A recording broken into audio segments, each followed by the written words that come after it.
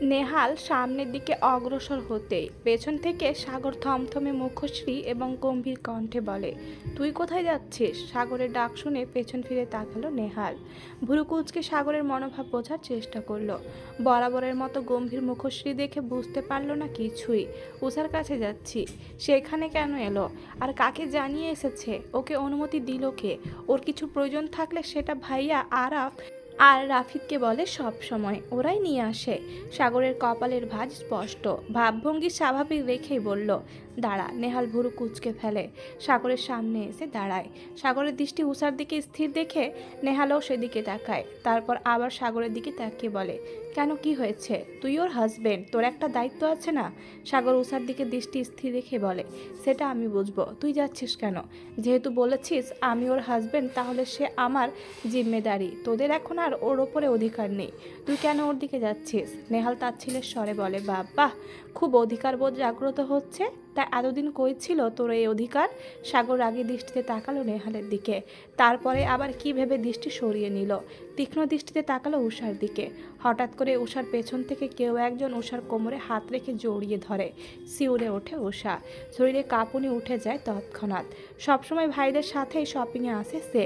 ভাইজানেরাই unwanted touch থেকে তাকে রক্ষা করে। এমন ভিড়ভাট্টাই তো তার আশাই হয় না। সবসময় বড় বড় শপিং মলেই যায় সে। আজকে বান্ধবীদের সাথে ঘুরবে বলে এখানে আসা। রাগে যেতে পেছন ফিরে তাকালো উষা। কিছু বলার আগেই সেই বখাটে ছেলেটার মুখে সজোরে কেউ একটা ঘুষি মেরে দিল। অমনি ছেলেটি মুখ থুবড়ে পড়ে গেল নিচে। উষা আতঙ্কিত মুখশ্রী নিয়ে তাকালো সামনের দিকে। সামনে অগ্নিরূপে দাঁড়িয়ে থাকা সুদর্শন পুরুষকে দেখে কলিজা কেঁপে উঠল উষার। বিড়বিড় করে বলল, সাগর ভাই, উনি এখানে কিভাবে এলেন? উষা আর কিছু ভাবা বা বুঝে ওঠার আগেই সাগর ছেলেটাকে মাটি থেকে তুলে এলোপাথারি মারতে শুরু করলো। উষাকে এই ভিড়ের মধ্যে দেখে এমনিতেই রাগে মাথা ফেটে যাচ্ছিল সাগরের। আবার ছেলেটা উষাকে স্পর্শ করায় রাগটা তরতর করে বেড়ে গেল। সাগর দূরে দাঁড়িয়ে সবটাই দেখেছিল, কিন্তু উষাকে স্পর্শ করায় ওর পায়ের রক্ত মাথায় উঠে গেল। নিজেকে কন্ট্রোল করতে না পেরেই ছেলেটাকে মারতে চলে এলো। অদূরে নেহাল হতভম্বের মতো তাকিয়ে আছে সাগরের দিকে। লন্ডনেও সাগর 4-5 বার মারামারি করেছে। দেশে তো করেছে, কিন্তু এমন হিংস্র রূপ সে কখনোই দেখেনি। চারদিকে মানুষের হই হুল্লোড় শুনে নেহালের ঘোর কাটে। এক দৌড়ে এসে দাঁড়ায় সাগরের সামনে। মারতে মারতে ছেলেটার অবস্থা আধমরা বানিয়ে দিয়েছে। আর বেশিক্ষণ পেটালে নির্ঘাত মারা যাবে। 2-1 জন চেষ্টা করছে সাগরকে ছাড়াতে, কিন্তু সাগরের শক্তপোক্ত পেটানো শরীরের সাথে পেরে উঠল না কেউ। উষা ভয়ে জড়সড় হয়ে প্রিয়তার বাহুতে পড়ে আছে। নেহাল একবার বোনের দিকে তাকাচ্ছে তো একবার ভাইয়ের দিকে তাকাচ্ছে। এভাবে মারামারি করার সঠিক কারণ না জানলেও বুঝতে পেরেছে ছেলেটা উষার সাথে কিছু একটা করেছে। নয়তো এত রেগে যাওয়ার মানুষ সাগর না। সাগরকে দেখতে শান্তশিষ্ট ভদ্র মনে হলেও সে মোটেও এত ঠান্ডা না। এটা নেহাল আর গালিবের থেকে আর কে ভালো জানে। নাফিজ নেহাল দুজনে এগিয়ে গেল সাগরের দিকে। ভাই ছেড়ে দে, এবার মারা যাবে ছেলেটা। সাগরের কোনো হেলদোল হলো না। নেহাল নাফিজকে ইশারা করতেই সাগরের বাহু চেপে ধরে নাফিজ। নেহালও ঝাপটে ধরে ভাইকে। ছেড়ে দে বলছি নেহাল, এই বাস্টারটাকে আজকে আমি মেরেই ফেলবো। ভিড়ভাট্টার মধ্যে মেয়েদের গায়ে স্পর্শ করে নিজের মনের খাইশ মেটানো বের করব আজকে। শালা। গালিব হাতে ক্যান নিয়ে আসছিল। এত ভিড় দেখে আর সেখানে সাগরকে নেহাল আর নাফিস ঝাপটে ধরে দাঁড়িয়ে থাকতে দেখে সেদিকে গেল। নেহাল আর নাফিস সাগরকে ঝাপটে ধরে আছে দেখে আর ভিড় দেখে বুঝলো কিছু একটা হয়েছে। সাগরের হাতে রক্ত দেখে হাতের ক্যানগুলো সেখানেই ফেলে দিয়ে সাগরের কাছে গেল। নেহাল গালিবকে দেখে ভরসা পেল। ভাই ওকে ধর, আমি উষার কাছে যাচ্ছি। কিন্তু কি হয়েছে সেটা তো বলবি, এখন এসব বলার সময় নেই। সাগর অগ্নি দৃষ্টিতে তাকালো নেহালের দিকে। দাঁতে দাঁত চেপে বলল, ছেড়ে দে আমাকে, ভালো হবে না বলে দিলাম কিন্তু। গালিব, নাফিজ ওকে নিয়ে গাড়িতে বসা, আমি উষাকে নিয়ে আসছি। উষার নাম নিতে সাগর হুঁশে ফিরল। চল শক্ত করে তাকালো উষার দিকে। সাগরের এমন ভয়ঙ্কর রূপ দেখে উষা মারাত্মক ভয় পেয়েছে। তার উপরে সাগরের এমন অগ্নি দৃষ্টি দেখে আর তাকিয়ে থাকতে পারল না। চোখ নামিয়ে নিল। চোখ দিয়ে যেন আগুন ঝরছে। ক্ষুধার্ত বাঘের ন্যায় আচরণ। সাগর বড় বড় করে শ্বাস নিতে থাকে এবং চোখ মুখ শক্ত করে বলে, ওকে তো আজকে আমি দেখে নিব। এই মেয়েটা যথেষ্ট সাহস বেড়ে গিয়েছে, ডানা ছাটাতে হবে ওর। গালি বিরক্তকর ভঙ্গিতে বলল, সে তুই যাই করিস না কেন, বাসায় গিয়ে করিস। যদি বাসরও করতে চাস আমরা সেটারও ব্যবস্থা করে দিতে পারবো। চাপ নিস না মেরে ভাই। গালিবের এমন কথা শুনে নাফিজ হেসে উঠল। একের কথা বলছেন ভাই? এই জন্যই আমি আপনারে এত ভালো পাই। সিরিয়াস মোমেন্টেও কেমনে গেম চেঞ্জ করে দিতে পারেন। সাগর পা দাঁড়া লাথি মারল গালিবকে। হুদাই মারছিস কেন রে শালা? এই ছেলেটা আমার বোনের সাথে খারাপ ব্যবহার করেছে, তাই এরকম একটা পরিস্থিতি তৈরি হয়েছে। আশেপাশে দাঁড়িয়ে থাকা মানুষদের উদ্দেশ্যে কথাগুলো নেহাল বলল। গালিব এক ধাপ এগিয়ে গিয়ে বলে, আসলে ওর বোন আর আমার বন্ধুর বউ হয় মেয়েটা, তাই এতটা রেগে গিয়েছে। আপনারাই বলেন, বইয়ের শরীরে পরপুরুষের স্পর্শকেও মেনে নিতে পারে? সাগর সজোরে কিল বসিয়ে দেয় গালিবের পিঠে। নেহাল গালিবের দিকে একটু চেপে দাঁড়ায়। ভাই দেখছিস এমনিতেই রেগে বম হয়ে আছে, তাও কেন এমন করছিস? জনগণ বলতে লাগলো, আপনারা ভাইরে নিয়ে যান, আমরা বদমাইশে দেখতেছি। মায়া মানুষের গায়ে হাত দেওয়া বের করব আজকে। ওই হালারে ধর, তোরা আজকে জন্মের শিক্ষা দিয়ে দিব। নেহাল প্রিয়তাকে আর উষাকে নিয়ে গাড়ির সামনে এসে দাঁড়ায়। তানহা সহ বাকিরা চলে গিয়েছে। উষাকে গাড়িতে উঠিয়ে প্রিয়তাকেও বলে গাড়িতে উঠতে। প্রিয়তা, তুমিও উঠে পড়ো। গালিব প্রিয়তার নাম শুনে ভুরু কুচকায়। তুমি কি প্রিয়তা? আকস্মিক পুরুষ মানুষের কণ্ঠে পেছনে ফিরে তাকায় প্রিয়তা। আমি প্রিয়তা। কেন? তুমি সেই না ওই যে ডাবল মিন? আর কিছু বলার আগে গরম চোখে তাকালো সাগর। চোখে কিছু একটা ইশারা করায় চুপ হয়ে গেল গালিব। প্রিয়তা ভুরু কুচকে বলে, ডাবল কি? গালিব মাথা চুলকে অপ্রস্তুত হাসে। না ওই আর কি, মাই টাইপ গার্ল। প্রিয়তার নাক মুখ কুচকে ফেলে। মানে? নেহাল বলে, কিছু না, তুমি গাড়িতে উঠে বসো। সাগর নিজের রাগ কমাতে পারছে না। পরনের টি শার্ট ঘামে ভিজে জুবুথুবু অবস্থা, চোখ দুটো লাল হয়ে আছে, বড় বড় নিঃশ্বাস নিচ্ছে। এই অবস্থায় সাগরকে ড্রাইভ করতে দেওয়া যায় না। নেহাল সাগরের কাঁধে হাত রেখে বলল, তোর এই অবস্থায় ড্রাইভ করতে হবে না, একটা অঘটন ঘটবেই। তুই উষার পাশে বসে যা, আমি ড্রাইভ করি। গালিব সামনে বসবে। গালিব তো আর উষার সাথে বসতে পারবে না। সাগর কোনো কথা বলল না, চুপচাপ বাম দিকে এসে গাড়ির দরজা খুলল। সাগরকে দেখে উষা ভুরু কুচকে তাকায়। সাগরের এমন রূপ দেখার পর থেকে উষা সত্যিই ভয় পাচ্ছে, কিছু বলার সাহস পাচ্ছে না। সাগর গম্ভীর কণ্ঠে বলল, চাপ আরও। হ্যাঁ, কি বললেন? উষা সাগরের বলা কথাটা শুনতে পায়নি। সাগরের মাথাটা এমনিতেই গরম, তার উপরে এক কথা বারবার রিপিট করা তার অপছন্দ। এত কথা বাড়িয়ে লাভ নেই। সাগর ধপ করে উষার পাশে বসে পড়ল। উষা ভড়কে গেল। প্রথমে বুঝিনি, দ্বিতীয়বার বললেই পারতো। সাগর বসায় উষা সরে যেতে চাইল, কিন্তু প্রিয়তা ইচ্ছে করে এদিকে চেপে বসেছে, যেন দুইজনে একসাথে ঘেঁষে বসতে পারে। উষার নড়াচড়া দেখে সাগর চোখ পাকিয়ে তাকায় উষার দিকে। শক্ত কণ্ঠে বলে, এখন পেছাচ্ছিস কেন? যখন বলেছি তখন কানে বাতাস ঢোকেনি? উষা নিশ্চুপ। ওই রাগের দৃষ্টি যে তাকে কাঁচায় চিবিয়ে খাচ্ছে তা সে বেশ বুঝতে পারছে। নিজের ভালো চাই সে, তাই চুপ করে রইল। দুজনের শরীর ঘেঁষে বসে আছে। সাগর মাথা হেলিয়ে চোখ বন্ধ করে নিয়েছে। উষার এভাবে গা ঘেঁষে বসে থাকতে লজ্জা লাগছে, অস্বস্তি হচ্ছে। হাঁসফাঁস করতে লাগলো উষা। হঠাৎই সাগরের হাতের দিকে নজর যেতে এক প্রকার চেঁচিয়ে উঠল উষা, আল্লাহ, রক্ত! সাগর ভাই, আপনার হাতে রক্ত! আকস্মিক উষার চিৎকার নেহাল সাইড করে গাড়ি থামায়। সাগরের কোনো হেলদোল দেখা গেল না, মাথা তুলে তাকালো না পর্যন্ত। গালিব উদ্বিগ্ন হয়ে জিজ্ঞেস করলো, উষা কি হয়েছে? এমন চিৎকার করে উঠলে কেন? গালিবের কণ্ঠে ব্যাকুলতা স্পষ্ট। সাগর ঝট করে চোখ মেলল। গালিবকে বাঁকা চোখে পরখ করলো একবার। গালিবের এসব ঢং তার একদম পছন্দ না, আর সেটা যদি হয় নিজের বাড়ির মেয়ে, তার থেকে বড় নিজের আপন চাচাতো বোন। শুধু তাই নয়, তার থেকেও বেশি এবং আপন, কারণ মেয়েটা এখন তার বউ। উষা গালিবের দিকে তাকিয়ে উত্তর করলো, দেখুন না, সাগর ভাইয়ের হাতে রক্ত। সাগর তপ্ত শ্বাস ফেলে বলল, এসব কিছু না, বসে বসে না চেঁচিয়ে চুপ করে থাক। শব্দ দূষণ করবি না একদম, এইটুকুই কেটেছে, এতে কিছু হবে না। মেলোড্রামা অফ কর। গালিব উষার দিকে তাকিয়ে বলল, সেই ভালো উষা, সাগরের শরীর তো কচু পাতার শরীর, এসব কিছু না, বুঝলে? প্রিয়তা ভুরু কুচকে শোধায়, কচু পাতার শরীর মানে? গালিব মিষ্টি হেসে বলে, ওহ, তুমি বোঝো না এটা? উষা এবং প্রিয়তা মাথা নাড়ায়, যার অর্থ তারা বোঝেনি। শোনো, কচু পাতার শরীর বলতে বুঝিয়েছি, কচু পাতায় যেমন পানি পড়লে পাতা ভিজে না, শুকনাই থাকে, পানি পড়ে যায়, সবসময় শুকনো শরীর থাকে পাতার। সাগরের শরীরটাও তেমনই, বুঝলে? এইটুকু ব্যথায় ওর কিছুই হবে না। এই দেখো না, আমরা কত কথা বলি, কোনো কথাই তার গায়ে লাগে না, বুঝলে? তারপরে উষার দিকে তাকিয়ে বলল, তার চেয়ে বরং উষু, তুমি আমাকে নিয়ে ভাবো, গালিব ভাইকে নিয়ে ভাবো। প্রিয়তা উষা দুইজনেই মিটিমিটি করে হেসে ফেলল। ড্রাইভিং সিটে বসা নেহালও হাসছে। সাগর চোখ বন্ধ রেখে নেহালের উদ্দেশ্যে বলে, এই মহিষের বাচ্চাকে গাড়ি থেকে লাথি দিয়ে বের করে দে নেহাল। কেন? আমি আবার কি করেছি? আর তুই আমাকে মহিষের বাচ্চা বললি কেন? তুই তো উগান্ডা ফেরত ছাগলের বাচ্চা। আই সোয়ার গালিব, আমি যদি মুডে আসি আজকে আমার হাতে তোর মৃত্যু নিশ্চিত। নেহাল চোখ পাকালো গালিবকে। গালিব তা দেখে আবারও বলল, আমি আবার কি করলাম? সব দোষ তোর ভাইয়ের। এই মুডটা আমার দিকে না এনে ডাইভার্ট করে বইয়ের দিকে নিয়ে যা, তাহলে একটা কিছু ভুল প্রমাণ হবে। তা উষা, আমরা যেন কি বলছিলাম? নেহাল, সত্যি বলছি, সব কটাকে আমি মাঝ রাস্তায় ফেলে চলে যাব কিন্তু। এই গালিব চুপ কর। কি হচ্ছে কি? দেখছিস রেগে আছে? গালিব মুখ বাঁকালো। তাতে আমার বয়ে গেছে, ঘরে সুন্দরী বউ থাকলে এমন একটু আধটু সহ্য করতেই হয়। আর বউকে যদি পুরাই ছেড়ে রাখে তাহলে কখন কে এসে ছো মেরে নিয়ে যাবে টেরও পাবে না। উষা একটু সাগরের আশেপাশে আসলেই নানান কথা বলা শুরু করে সাগর।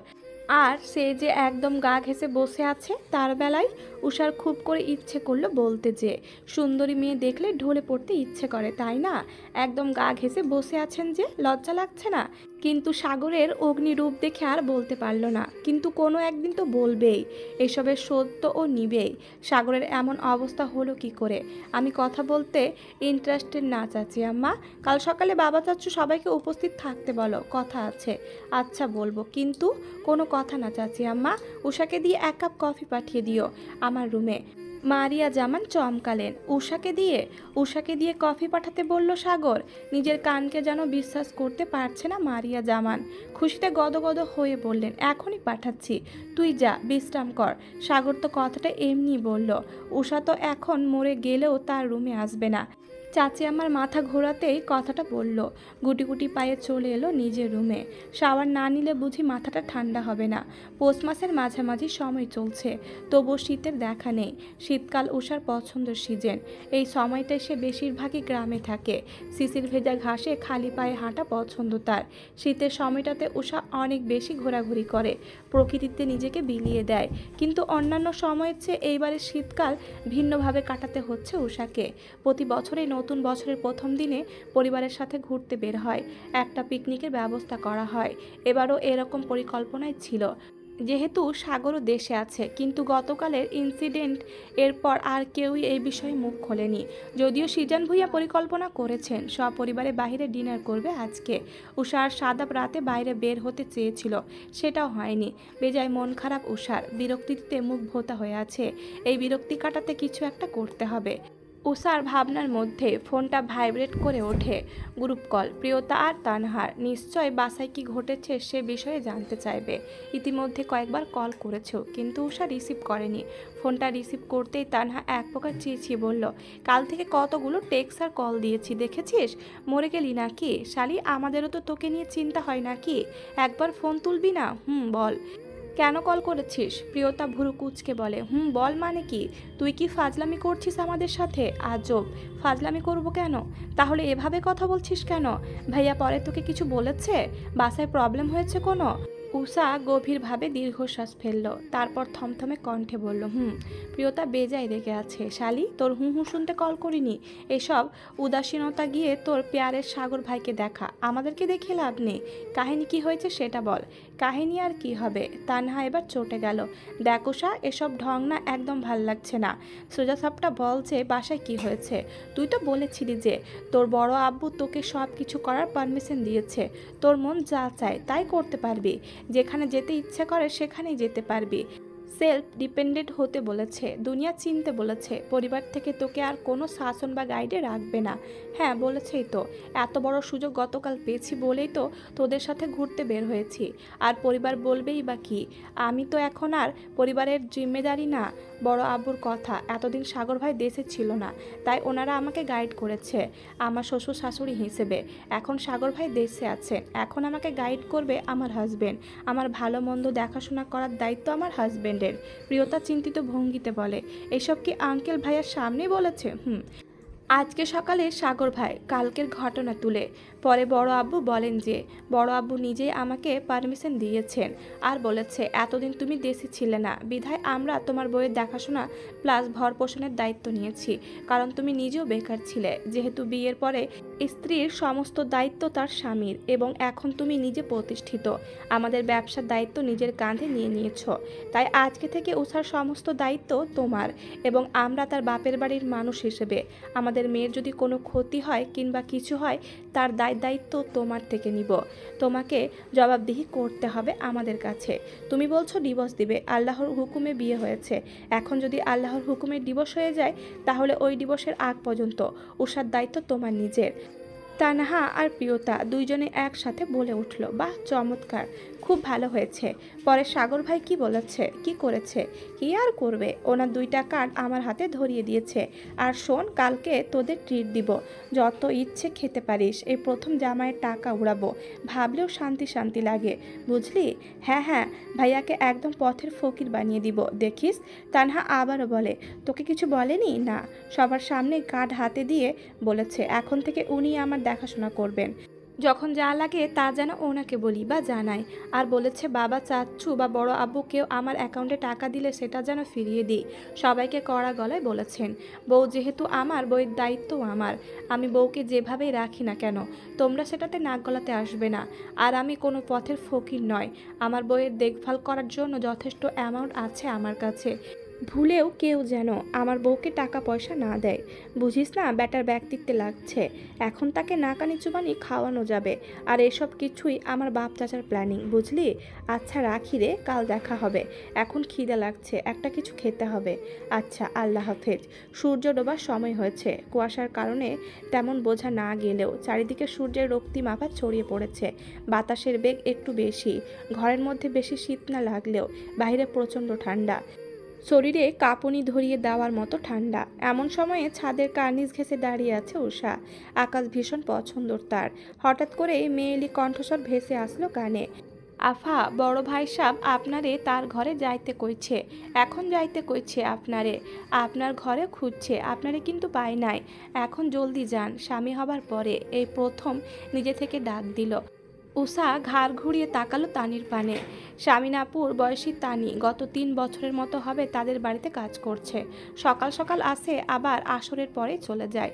উষাকে উৎসুক নয়নে তাকিয়ে থাকতে দেখে তানি ফের বলল, আফা তাকায় আছেন কেন, যান না, তাড়াতাড়ি যান।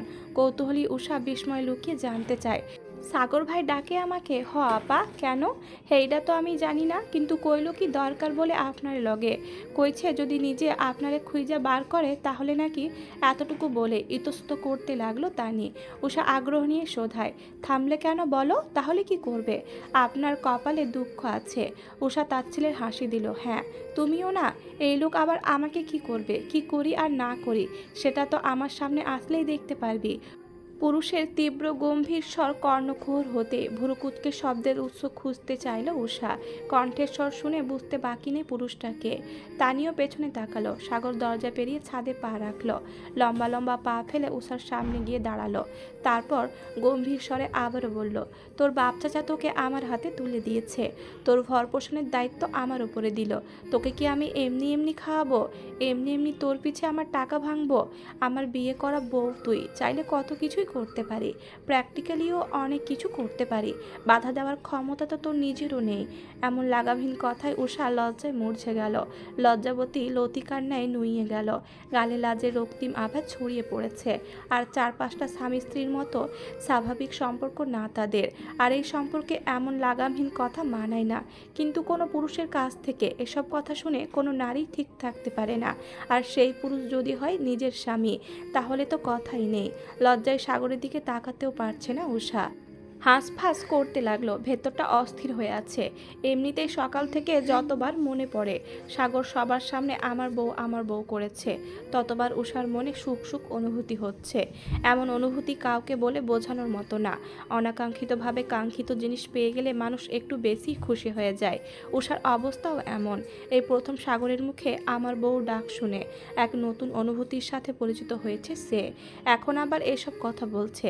তানি সাগরের কথা শুনে ওনার আঁচল দিয়ে মুখ ঢেকে হাসছে। খালাম্মারে গিয়ে কথাগুলো বলতে হবে। তানিকে হাসতে দেখে উষা আরও লজ্জায় পড়ে গেল। অসহায় দৃষ্টিতে তাকালো তানির দিকে। সাগর উষার সুশ্রী মুখের দিকে কিছুক্ষণ তাকিয়ে থেকে ঘাড় ঘুরিয়ে চাইলো তানির পানে। তুমি চলে যাও, আমি ওকে দেখে নিচ্ছি। জি ভাইয়া। তানি চলে যেতে সাগর আবারও তাকালো উষার পানে। ফর্সা গালে লাজের আভা স্পষ্ট। রক্তিম আকার ধারণ করা গাল দুটো দেখে সাগরের মনে হচ্ছে নখ দিয়ে আঁচড় কাটলেই বুঝি গল গল করে রক্ত বেরিয়ে আসবে। গোলাপি ঠোঁট জোড়ার দিকে চোখ পড়তেই যেন ঘোর লেগে যাচ্ছে। ওপরের ঠোঁটের ডান দিকে থাকা তিলটা উষার মুখের সৌন্দর্য যেন কয়েক গুণ বাড়িয়ে দিয়েছে। উষা নিচের দিকে তাকিয়ে থাকায় সাগরের এমন অদ্ভুত চাহনি সে দেখতে পায়নি। সাগর আনমনে বিড়বিড় করে মাশাল্লাহ। কিছুক্ষণ নীরবতায় কেটে যায় দুইজনের। নীরবতা ভঙ্গ করে প্রথমে সাগর বলে, এভাবে লজ্জা পাচ্ছিস কেন? আমি লজ্জা পাওয়ার মতো কোনো কাজ করিনি নিশ্চয়। বউ হিসেবে না মানলেও তো স্বামী হয় আমি তোর। আমার সম্পূর্ণ হক আছে তোর ওপরে। স্বামীর হক পূরণ করা স্ত্রীর কর্তব্য। আমার ডাকে সাড়া দেওয়া তোর জন্য ফরজ। আমি তোকে ডাকছি, শোনার পরেও এখানে চুপ করে দাঁড়িয়ে আছিস কেন? উষা নিশ্চুপ। কী সব কথা বলছে সাগর ভাই? এমন কথার উত্তর উষা কি করে দিবে? উষার জানা নেই। লজ্জায় কান পর্যন্ত লাল হয়ে গেছে মেয়েটার। পুরুষের কাছে সবচেয়ে প্রিয় নারীর লজ্জা রাঙা মুখ। উষার লজ্জা আরও দুগুণ বাড়িয়ে দিতে সাগর বলে, যেভাবে লজ্জা পাচ্ছিস মনে হচ্ছে বাসর করতে ডাকছি আমি তোকে। ইডিয়েট, কী সব উল্টাপাল্টা ভাবিস তুই? তোর বাপ চাচা জানে তাদের নাবালিকা মেয়েটা যে সাবালিকা হয়ে গেছে? বাসর করার চিন্তায় বিভোর। লজ্জায় উষার কান দিয়ে ধোঁয়া বের হচ্ছে। ওর এই জীবনে সে এমন কথা কখনো শোনেনি। সাগর ভাইয়ের সামনে আসলে এমনিতেই মনে প্রজাপতি ওড়ে, গলা শুকিয়ে চৌচির হয়ে যায়। আবার যদি এই ধরনের কথা বলে তাহলে কেমন লাগে? কিন্তু উষার এখন লজ্জা পাওয়ার সময় না। তাকে কি বলল? সে বাসর করা নিয়ে স্বপ্ন দেখছে, এমন ভাবনা মনে আসতে মেজাজ বিগড়ালো উষার। তৎক্ষণাৎ মাথা তুলে তাকালো সাগরের দিকে। ব্যাটাকে বুঝতে দেওয়া যাবে না যে ব্যাটার কথায় উষা লজ্জা পেয়েছে। নিজের লজ্জা ঢাকতে একদম চোখে চোখ রেখে নাক মুখ ফুলিয়ে বলল, কি বললেন? বাসর করার চিন্তায় বিভোর থাকি আমি? তা নয় তো কি, পাগল আপনি? বাসর করার চিন্তা করব, তাও আপনাকে নিয়ে? হ্যাঁ, আপনার মতো কুৎসিত মনের মানুষকে নিয়ে আমি বাসরের স্বপ্ন কেন, সাধারণ কোনো স্বপ্নও দেখব না। সাগর কপাল কুঁচকালো, গম্ভীর স্বরে বলল, সেটা তো আমি খুব ভালো করেই জানি। উষা মুখ বেঁকিয়ে ভেঙচি কেটে বলল, হ্যাঁ, কত জানেন তা তো দেখতেই পাচ্ছি। লিসেন সাগর ভাই, নিজের দোষ না অন্যের ঘাড়ে দিবেন না। আমি মোটেও আপনার মতো অশ্লীল নয় যে অশ্লীল চিন্তা ভাবনা করব। আমার মতো সুন্দরী মেয়ে দেখেছেন তো, তাই সেন্স হারিয়ে ফেলেছেন। নিজের স্বপ্নের কথা আমার ওপর দিয়ে চাপিয়ে দিচ্ছেন। সাগর অগ্নি দৃষ্টিতে তাকালো উষার দিকে। দাঁতে দাঁত পিষে বলল, একদম মুখে মুখে তর্ক করবি না। আমাকে চিনিস না তুই। আমাকে রাগানো তোর জন্য কোনো দিক দিয়ে মঙ্গলজনক হবে না। নিজের ভালো চাইলে চুপ থাক। আসলে কি জানেন তো, আমি যত চুপ থাকবো মানুষ আমাকে ততই বোকা ভাববে, নরম ভেবে আমার ওপরে চেপে বসবে। নিজের স্বার্থের জন্য কথা বলতে হয়, লড়াই করতে হয়। আর কি বললেন? আপনাকে রাগানো আমার জন্য সুখকর হবে না। আপনাকে রাগালে কি আর করবেন আপনি? ওই তো একই কথা, বলবেন ডিভোর্স দিব, বা দিয়েও দিতে পারেন। But I don't care. নিজেকে বলির পাঠা তো অনেক আগেই বানিয়েছি, শুধু গর্দন যাওয়াটাই বাকি। সেটাও না হয় হয়ে যাক, তবুও আপনি আমি অভিশাপ মুক্ত তো হলাম। উষার এমন শক্ত কথা সাগর হজম করতে পারল না। তীক্ষ্ণ দৃষ্টিতে তাকিয়ে রইল উষার দিকে। উষাও চোখে চোখ রেখে তাকিয়ে আছে। হঠাৎ করে এত সাহস কোত্থেকে হয়েছে সে নিজেও জানে না। যে চোখের গভীরতায় বারবার হারিয়ে যায়, ঠিকমতো তাকিয়ে দেখা হয়নি কখনো, সেই চোখে পলক না ফেলে তাকিয়ে আছে। ভাবা যায় বিশ্রী ব্যাপার স্যাপার। সাগর অন্তত কঠোর স্বরে বলল, আমার রুমে আয়, 5 মিনিটের মধ্যে আমার রুমে আসবি, না হলে এর ফল ভালো হবে না। বলেই উল্টো দিক ঘুরে হাঁটা দিল। উষা সেদিকে তাকিয়ে রইল কিছুক্ষণ। বুক চিরে আসা দীর্ঘশ্বাস ফেলে তারপর নিজেও হাঁটা দিল সাগরের রুমের উদ্দেশ্যে। আল্লাহ জানে কি আছে কপালে। কিচেনে লিপি বেগম, মারিয়া জামান, তানিয়া আর লিজা একসাথে ফুসুর ফাসুর করছে আর মিটিমিটি হাসছে। লিজা বেগম ভূঁইয়া বাড়ির খুব পুরনো হেল্পিং হ্যান্ড। যিনি গত 7 বছর ধরে এই বাড়িতে আছেন। বিয়ে শাদী হয়নি, স্বামী সন্তান নেই, বাবা মাও বেঁচে নেই, তাই ওনার কোনো পিছু টানও নেই। আছে একটা ছোট ভাই, মাঝে মাঝে ছুটি নিয়ে ভাইয়ের বাসা থেকে ঘুরে আসেন তিনি। পুরনো লোক হওয়ায় এই বাড়ির প্রত্যেকটা মানুষ সম্পর্কে অবগত সে। সাগর ছাদ থেকে নেমে নিজের রুমে না গিয়ে সিঁড়ি বেয়ে দোতলায় এসেছে। কিচেনে যেতেই সাগরকে দেখে মারিয়া জামান আর লিপি বেগম মিটিমিটি হাসছেন। তানি হাবলার মতো হাসছে, লিজাও পিছিয়ে নেই। পান খাওয়া লাল ঠোঁট জোড়া নিয়ে সে নিজেও হাসছে। সাগর পরখ করলো সব কিছুই। তানি যে এসে ছাদে বলা কথাগুলো বলেছে তা বেশ আন্দাজ করতে পেরেছে সে। সাগর এসবে পাত্তা না দিয়ে গম্ভীর স্বরে বলল, তোমাদের মেয়ে এখনই নিচে নামবে, ওকে বলবে আমার জন্য কফি করে আমার রুমে নিয়ে আসতে। লিপি বেগম ছেলের কথায় প্রতি উত্তর করলেন, কফি আমরাই বানাই, উষা এলে ওর হাতে দিয়ে দিবনি। তার কোনো দরকার নেই, বাড়িতে তোমার ছেলের বউ আছে, সে থাকতে তুমি কেন কষ্ট করবে?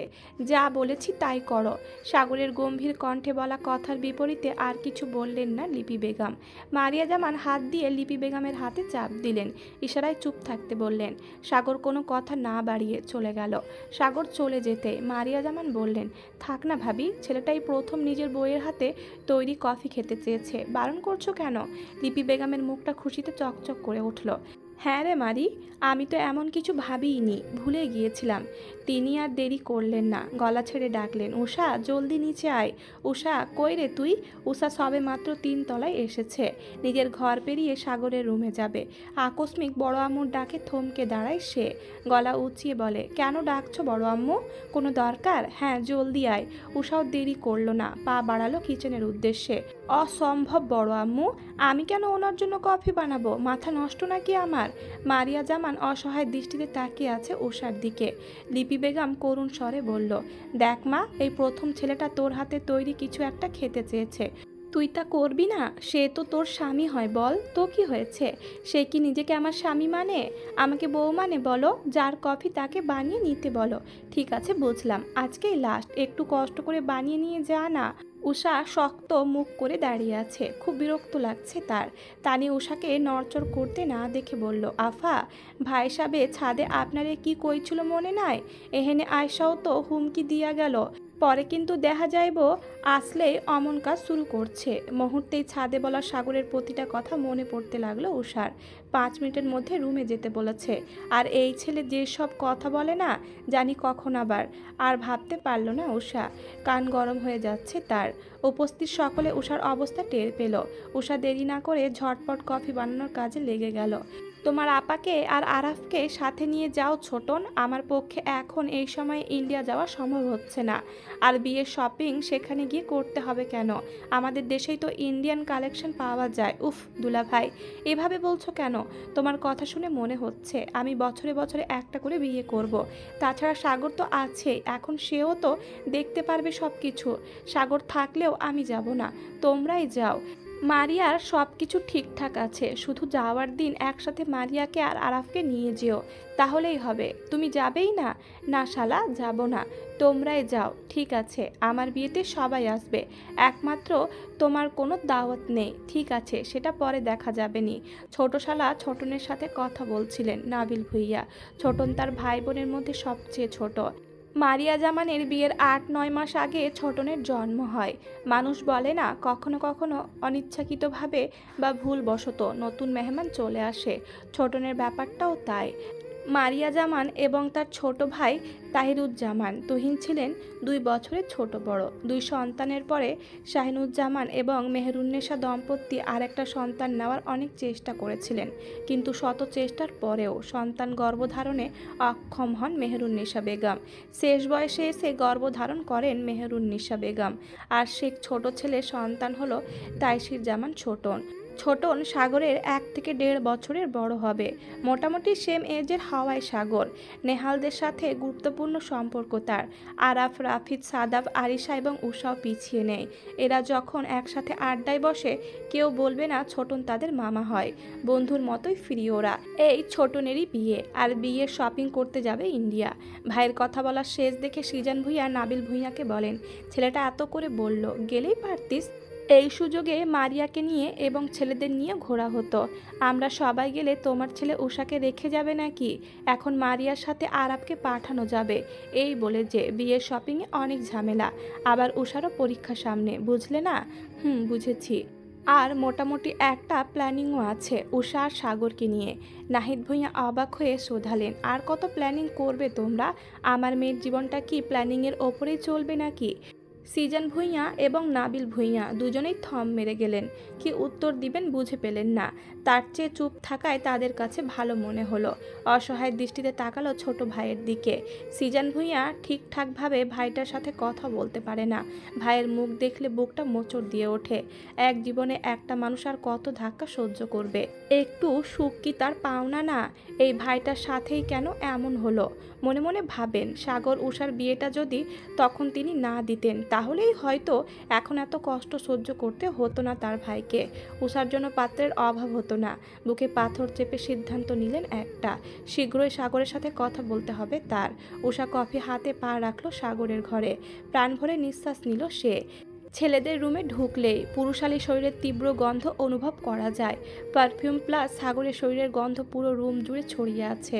উষা চারদিকে চোখ বুলালো। সাগর ভাইকে কোথাও দেখতে পেল না।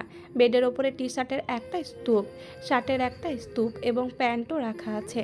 সবগুলোই খুব সুন্দর করে ভাঁজ করে রাখা। দেখে বোঝা যাচ্ছে খুব যত্ন নিয়ে ধুয়ে আয়রন করে রেখেছে। উষা কফি হাতে গিয়ে দাঁড়ালো সেখানে। হাত বাড়িয়ে ধরতে চাইলো একটা শার্ট, কিন্তু কী ভেবে আর ধরল না। বেলকনিটা অনেক বড়, যেহেতু বাড়ির মাঝখানের রুমটা সাগরের। বেলকনির দরজা থাই গ্লাসের। পুরো বেলকনিটাই উন্মুক্ত। গ্লাস খোলা দেখে উষা বুঝল সাগর ভাই বারান্দায়। উষা গুটি গুটি পায়ে এগিয়ে গেল সেদিকে। উষার ধারণাই ঠিক, সাগর বেলকনিতে আছে। আকাশের দিকে তাকিয়ে কিছু একটা ভাবছে, আবার বিড়বিড় করছে। কানে ব্লুটুথ। উষা বুঝল গান শুনছেন হয়তো।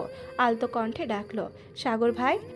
নারীর মিষ্টি সুরেলা স্বর কর্ণকুহর হবার পরেও সাগর মাথা ঘুরিয়ে তাকালো না পেছনে, ঠায় দাঁড়িয়ে রইল। কানে হেডফোন থাকায় শুনতে পায়নি ভেবে আবারও মিহি কণ্ঠে ডাক দিল উষা, সাগর ভাই আপনার কফি। এবারও সাগর পেছনে তাকালো না। উষা বিরক্ত হলো, কফি তো ঠান্ডা হয়ে যাচ্ছে। বেটা কোন নাটক শুরু করে দিয়েছে। এবার বেশ রুক্ষ কণ্ঠে এবং খুব জোরেই ডাক দিল উষা, সাগর ভাই আপনার কফি ঠান্ডা হয়ে যাচ্ছে। সঙ্গে সঙ্গে সাগর পেছন ঘুরে তাকালো। উষা সাগরকে তাকাতে দেখে বিড়বিড় করে, এই তো কুকুরের পেটে ঘি হজম হয় নাকি? ব্যাটা তো আস্ত খাটাস ভালো জিনিস, তো এই ব্যাটার পেটে হজম হয় না। এতক্ষণ ভালোভাবে ভদ্রভাবে ডাকলাম, শুনলো না। যেই অভদ্রভাবে ডাক দিলাম অমনি ফিরে তাকালো। এই ব্যাটার রুচিতে যে সমস্যা আছে আগেই বুঝেছিলাম। যার কপালে আমাকে সহ্য হয় না সে আবার ভালো জিনিস কেমনে সহ্য করবে? এই দাঁড়িয়ে দাঁড়িয়ে কি বিড়বিড় করছিস? এমনিতেই লেট করেছিস। বলেছি 5 মিনিটের মধ্যে রুমে আসতে, এসেছিস তাও গুনে গুনে 20 মিনিট পরে। কেন? আপনার জন্যই তো কফি বানালাম, তাই লেট হয়েছে। একটা কফি বানাতে এত টাইম কখনোই লাগে না। তাহলে নিজে বানিয়ে আনলেই পারতেন। কি বললি? উষা ইতস্তত করতে করতে বলল, আপনার কফি ঠান্ডা হয়ে যাচ্ছে তো। হ্যাঁ দে, আর আয় আমার সাথে রুমে আয়। কেন রুমে যাব কেন? কফি দেওয়া শেষ, আমিও চলে যাব এখন। সাগর মুখ বাঁকালো, ভেঙচি কেটে বলল, ওরে আমার প্রিন্স ডাইনারে, তোমাকে তো আমি তোমার রূপ দেখার জন্য ডেকে আনিনি। আর না এখন রুমে নিয়ে যাচ্ছি কোলে বসিয়ে চুমু খেতে বা রোম্যান্স করতে। উষা আবার লজ্জা পেল। হায় আল্লাহ, এই বেটা এসব কি বলে?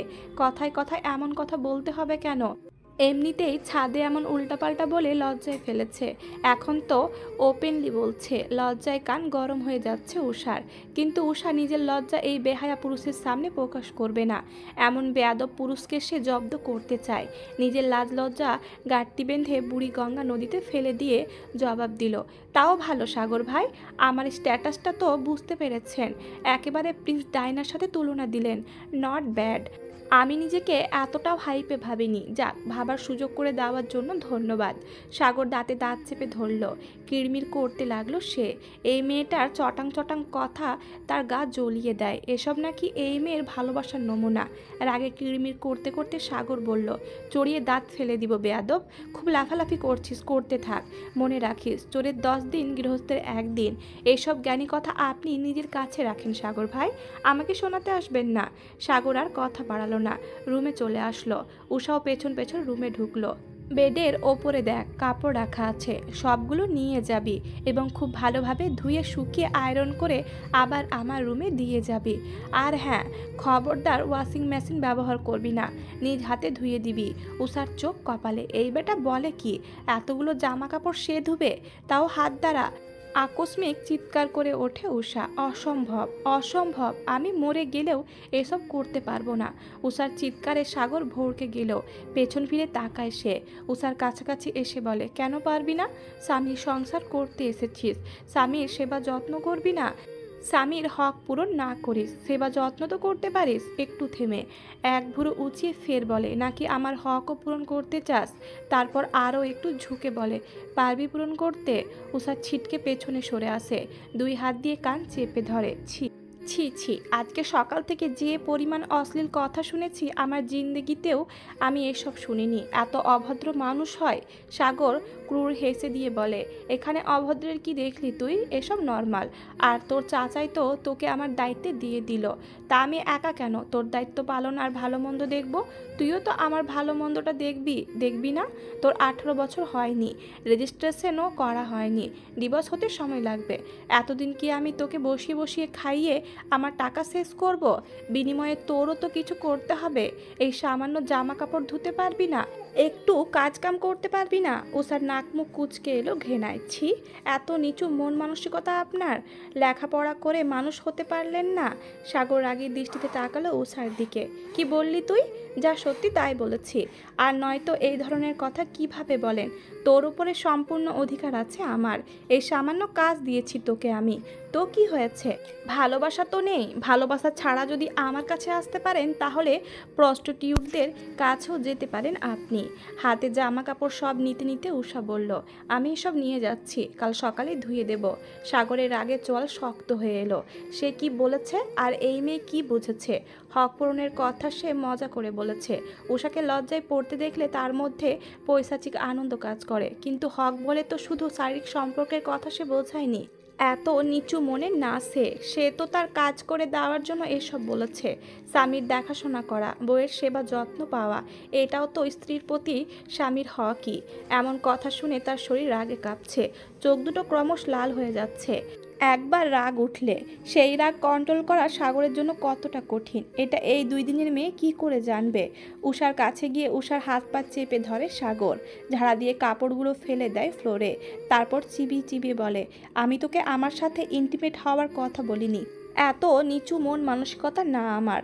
আমি বলেছি আমার জামা কাপড় ধুয়ে দিতে, আমার সেবা যত্ন করতে, রান্না বান্না করে খাওয়াতে। 2 লাইন বেশি বুঝিস। আজকে যে কথা বলেছিস, দ্বিতীয়বার এই ধরনের কথা বলার সাহস দেখাবি না।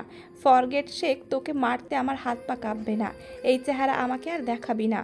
বাই এনি চান্স যদি সামনে পড়ে যাস, তোর ভাবলীলা সাঙ্গ করে দিব আমি। বের হ আমার ঘর থেকে। খুব উঁচু আওয়াজে কথাগুলো বলে সাগর। সাগরের প্রতিটা কথায় উষা কেঁপে ওঠে। সাগরের এমন রূপ সে গতকাল দেখেছিল, আবার আজকে। উষার চোখ টলমল করছে। সাগর উষার হাত ধরে টেনে এনে দাঁড় করায় দরজার সামনে। তারপর উষাকে এক প্রকার ধাক্কা দিয়ে বের করে দেয় ঘর থেকে। এই রিপ্তিহাত ভূঁইয়া, সাগরকে তুই পতিতাদের সাথে সময় কাটাতে বলিস? এই সাগরের রুচি এখনও এত খারাপ হয়নি। যে ছেলে তোর মতো সুন্দরীর দিকে নজর দেয় না, সে পতিতার। অতিরিক্ত রাগে আর কিছু বলতে পারল না সাগর। রাগের বশে ঠিকমতো কথা বলতে পারছে না সে। শরীরসহ কণ্ঠনালী অবধি কাঁপছে তার। ধূপ করে দরজা লাগিয়ে দিল উষার মুখের ওপর। উষা ধপ করে মাটিতে বসে পড়ল। এ কি করলাম আমি? এমনিতেই এই সম্পর্ক নিয়ে টানা হেঁচড়া, যে সম্পর্ক টিকে রাখার কোনো চান্স নেই, সেই সম্পর্কটাকে আরও বিষিয়ে তুললাম। অঝোর ধারায় জল পড়তে থাকলো উষার চোখ বেয়ে। রুমের ভেতরে কাঁচ ভাঙার ঝনঝন শব্দে স্তম্ভিত ফিরে পেল উষা। খেয়াল হলো কালকেই তো মারামারি করতে গিয়ে বাম হাতে ব্যথা পেয়েছেন সাগর ভাই। একটু না, অনেকখানি ব্যথা পেয়েছেন। তাই তো আমাকে কাপড় ধুতে বললেন। ছোটবেলা থেকেই তো নিজের কাজ নিজেই করার অভ্যাস ওনার। হাজার অসুস্থ থাকলেও নিজের মাকেই দেয় না কিছু করতে।